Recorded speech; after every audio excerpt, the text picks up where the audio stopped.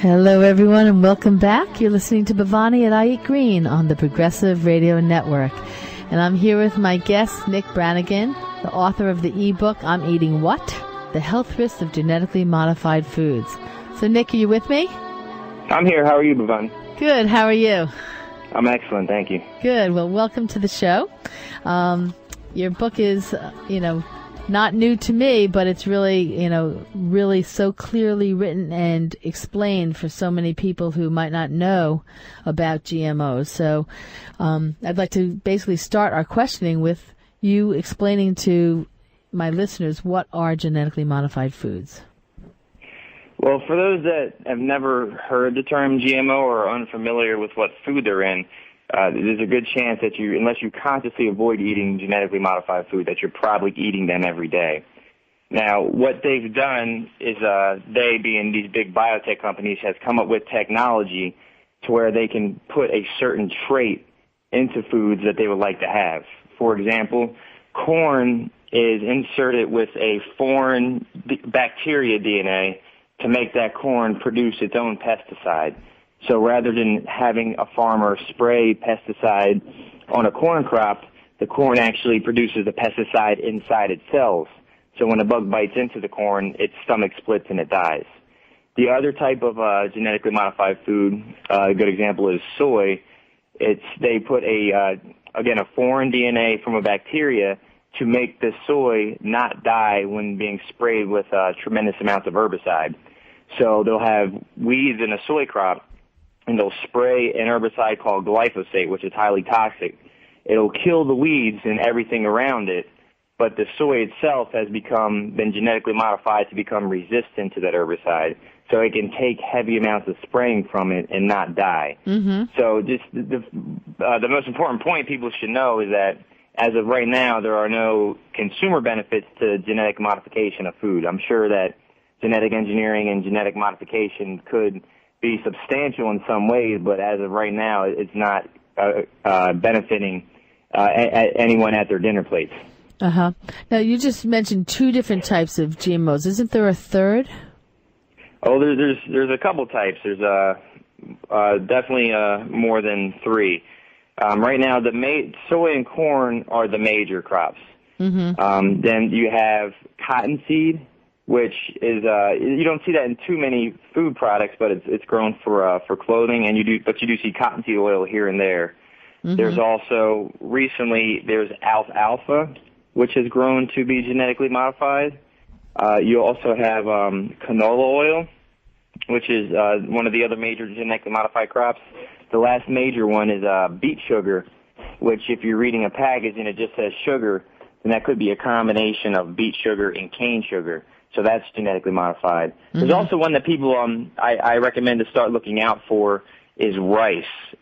Rice, there's no GMO rice that is approved for consumption, but there was a situation, I believe it was 5 years ago, maybe 6 years ago, where a farmer planted unapproved genetically modified rice, and 5 years later they still found it in the food supply after he was ordered to stop planting it.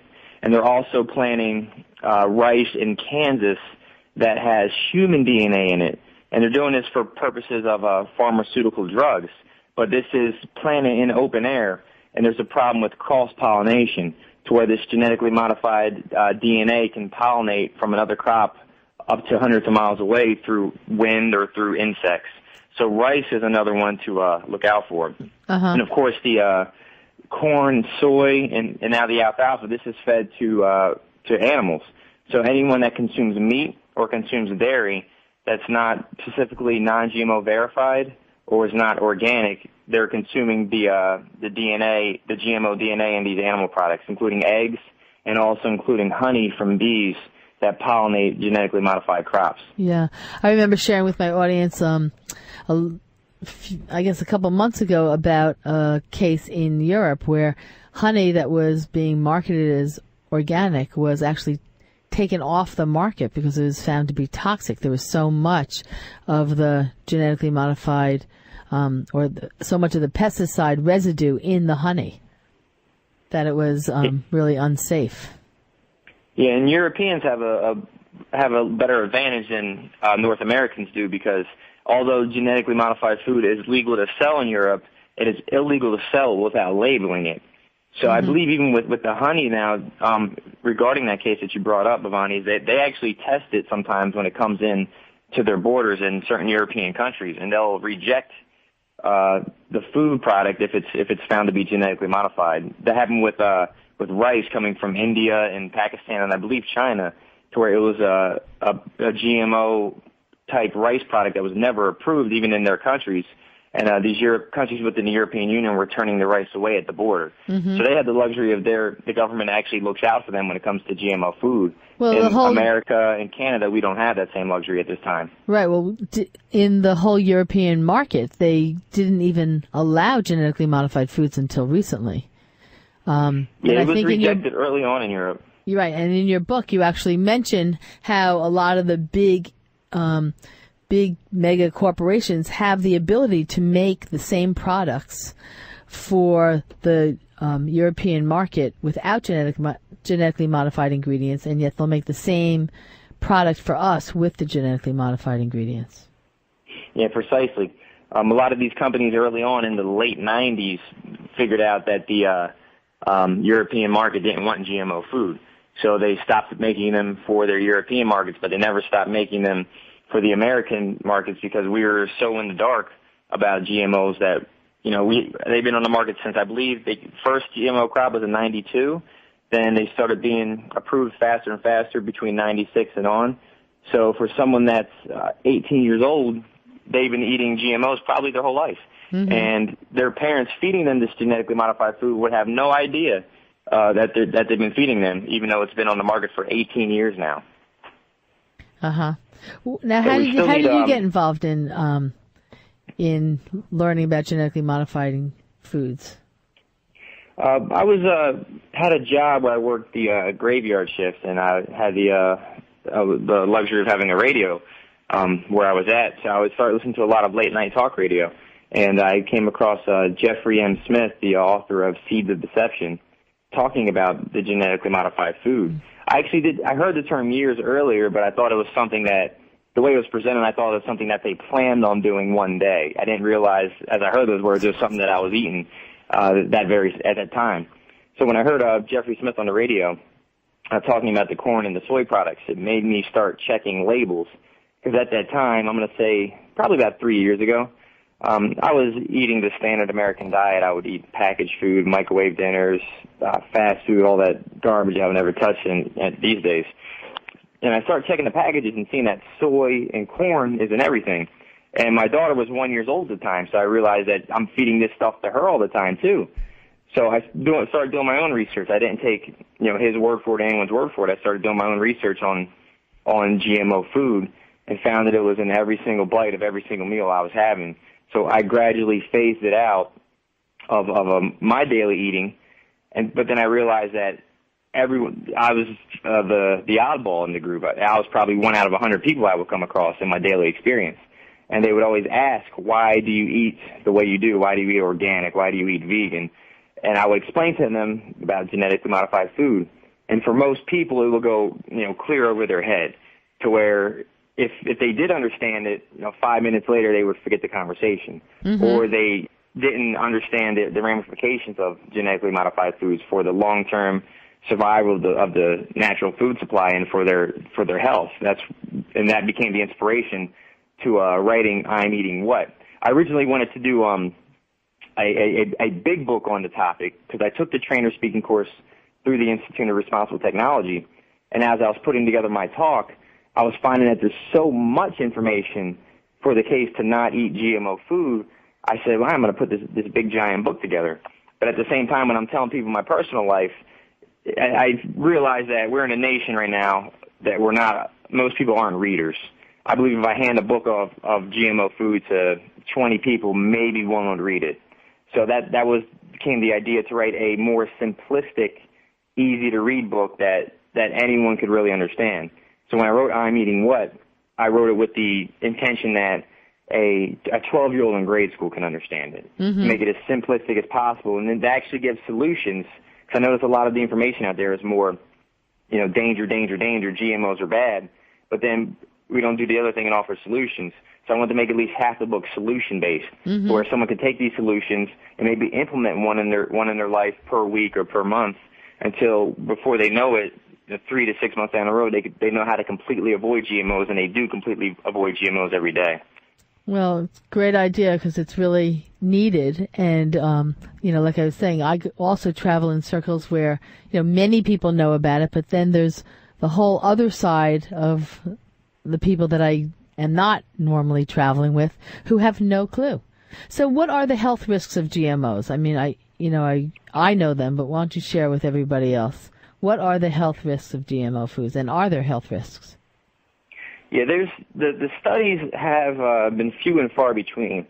That's the first thing that everyone needs to know is there's been no long-term feeding studies on humans done. There's only been one feeding study on humans, and it was very short-term, and it was just to see if the genetically modified DNA can survive the transfer in the gut from the large intestine to the small intestine, and it does survive the transfer in some cases. But we've had studies done sometimes in Japan, some in Europe, a couple in America, that one of the major health risks is that the GMO food affects the body's ability to digest toxic substances, to where your body the body is tremendously resilient, and it's already hit every which angle from toxins every day. So when you eat these genetically modified foods, it may be stopping your body's ability to get rid of these toxins. It's also shown to affect the heart, the adrenal gland, the kidneys, and the lungs, done in animal studies. Now, there's a recent one done where this wasn't a study, actually. This was a report from a Danish pig farmer, to where he switched his pigs from genetically modified soy to non-GMO soy. Now, just, for the record, I don't support the raising of animals for the purpose of food. But this is, as far as showing the effects of GMOs, this is the best that we have right now. And what he showed is that in his country, the drugs that they administer to the animals has to be kept records by the veterinarians. And the drugs that he was administering diminished by almost 50%, to where he said that the cost of the non-GMO soy is a lot more expensive than the genetically modified soy for many reasons. But he saved so much money in the cost of drugs that it totally made up in the difference between the GMO soy and the non-GMO soy. Mm-hmm. And another thing he reported is that his pigs had terrible cases of diarrhea. And when he switched off of the GMO soy, diarrhea virtually disappeared. And the mortality rate dropped. The pigs are living longer.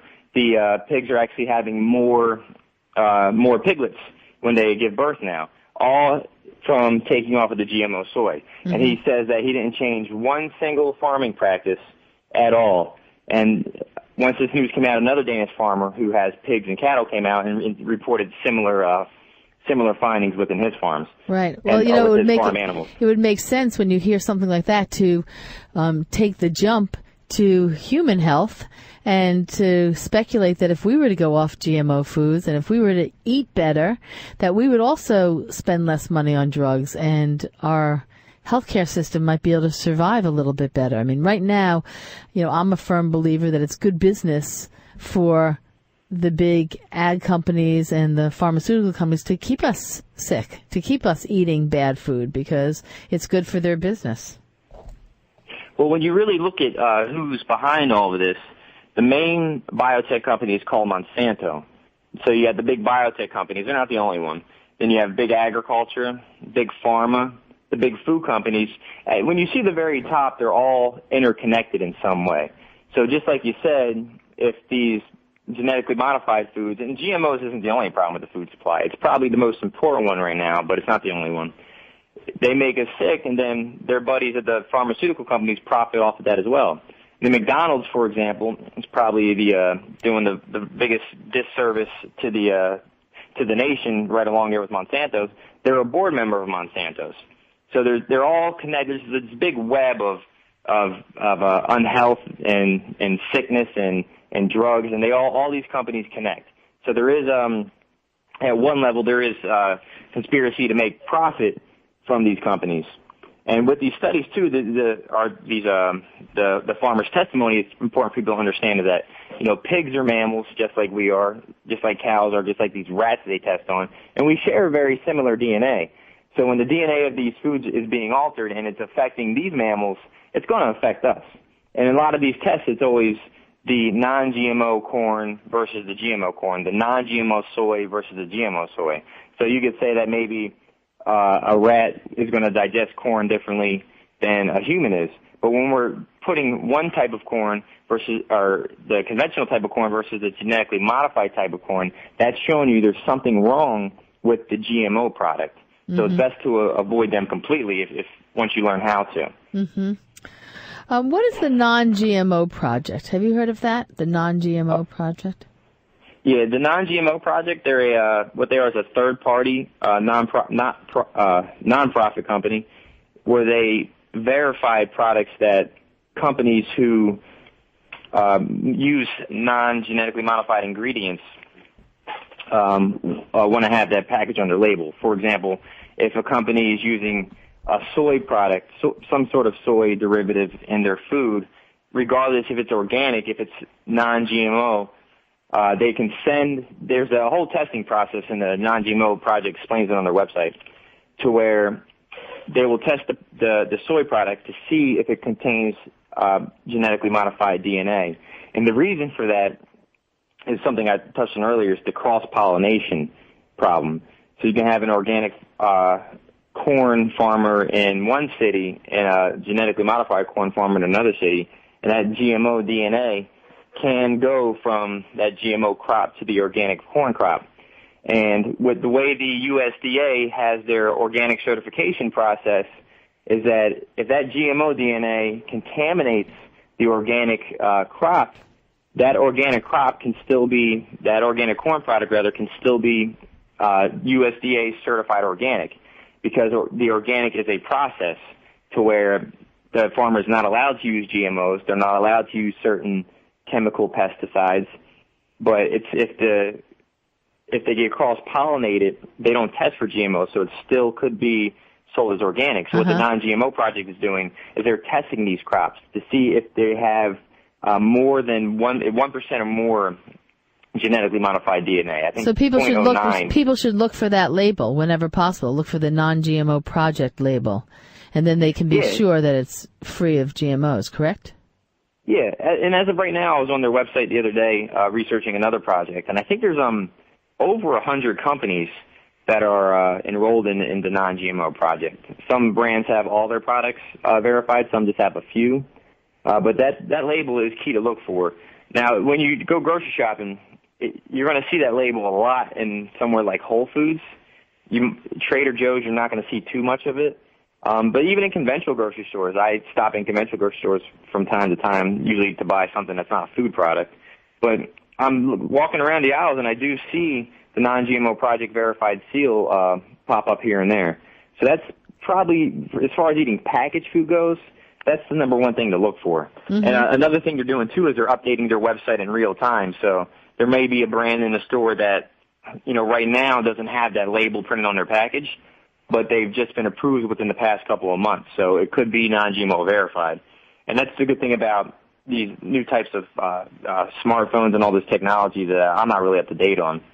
But you can actually, carry your phone around, and if you see a brand in a store that claims they're organic or has the organic seal, and they contain corn or soy or canola, you can go right on your phone and go to their website and see if it has been non-GMO verified or not. Mm-hmm.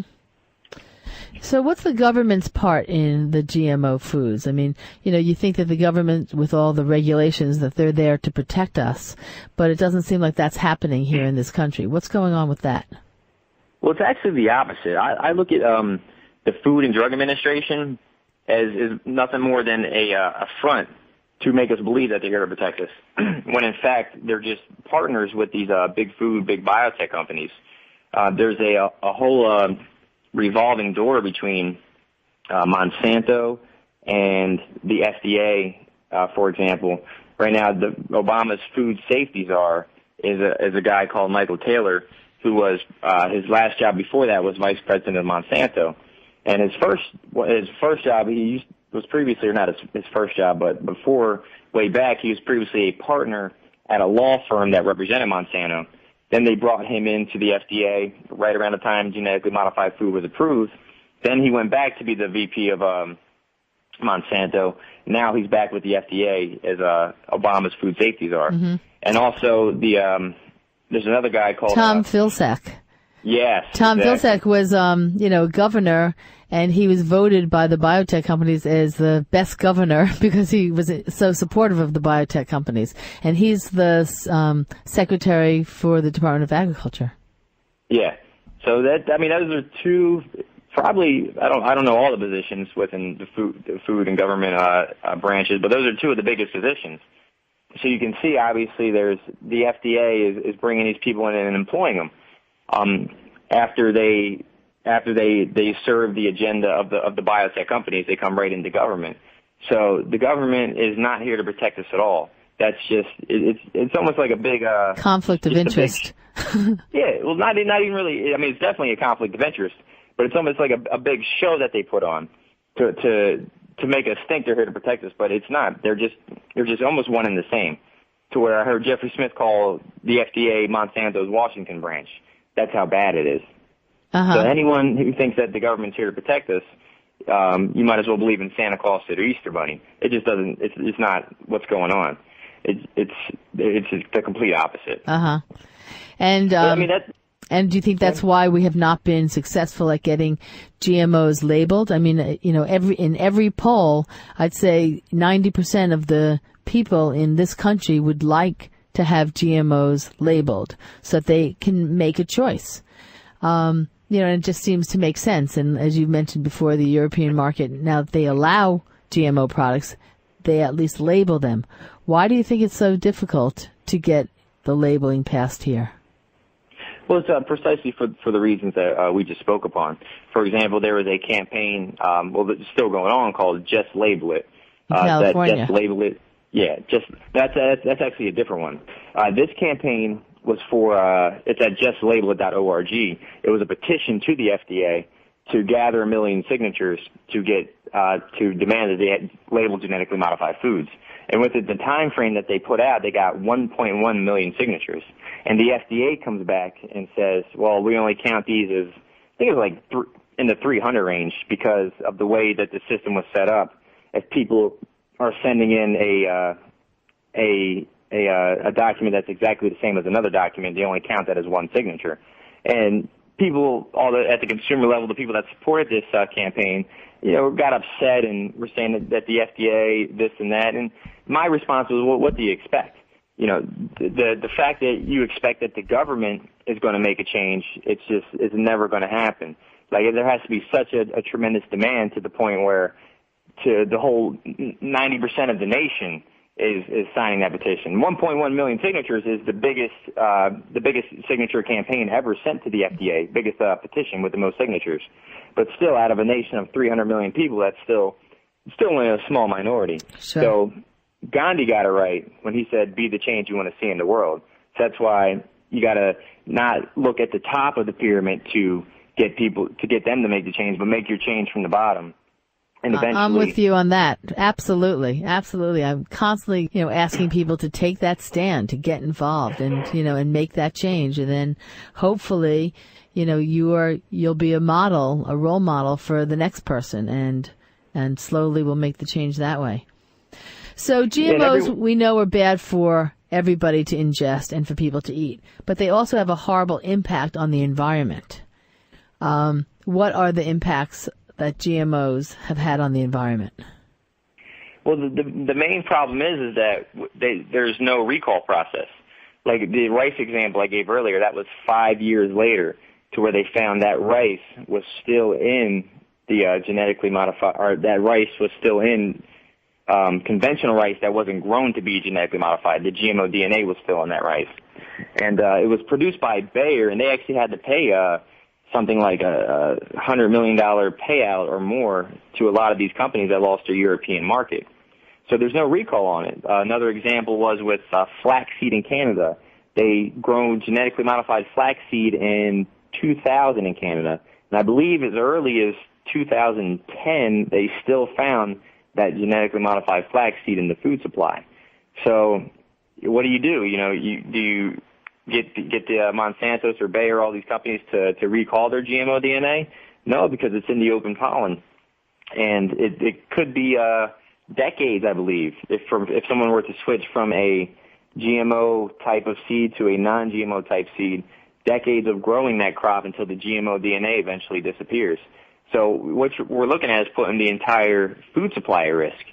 So, and in every case, I think except soy, because soy may pollinate differently. I still got to do more research on that.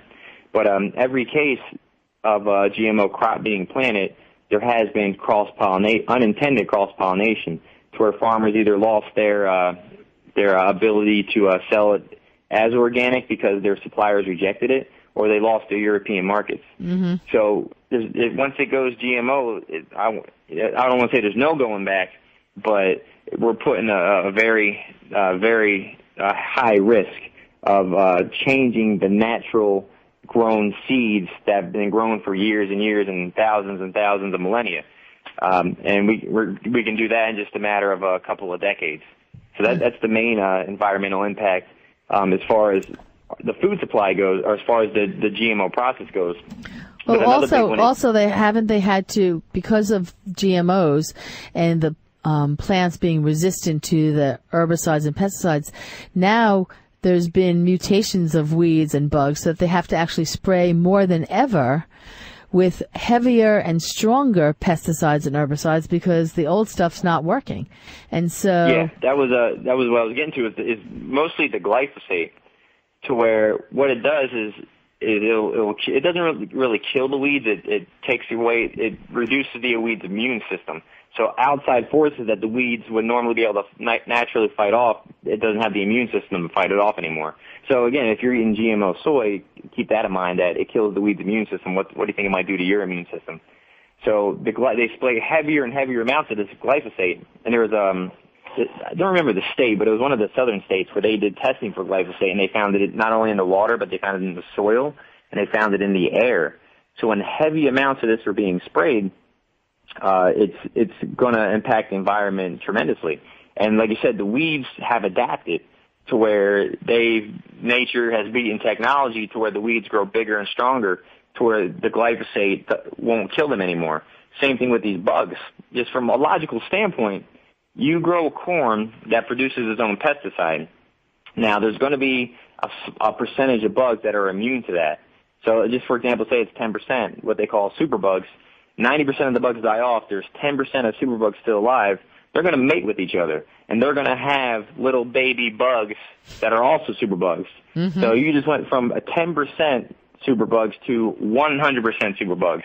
So the GMO technology is completely worthless. So the corn crops are going to be unsellable, and it's just because it's not killing the bugs anymore, it's still going to hurt us in the long run. Mm-hmm. And going back to the heavy spraying of glyphosate, is they want to come up with new technologies now to where it's more toxic chemicals, heavier spray. I believe there's one pesticide called 2,4-D that is more toxic than the glyphosate. Now they want to genetically modify crops to where it's resistant to that, so the weeds will start dying off again. But how long is it going to be until the weeds become immune to that pesticide as well, or herbicide rather, and they start spraying more and more of it? Mm-hmm. So it's if you live by one of these crops, there's been lots of reports from particularly from South America, but particularly Argentina, to where it's hurting the local population, mm-hmm. like that live around these Roundup Ready glyphosate sprayed soy crops, where the glyphosate is hurting them and making them sick. Right. Well, you don't even have to go that far to see it. It's right out here in the flat plains of the USA. But one of the things that I liked about your book is that you really do offer some solutions. So how do you suggest people go about avoiding some of these GMO foods and go about their life in the world at the same time?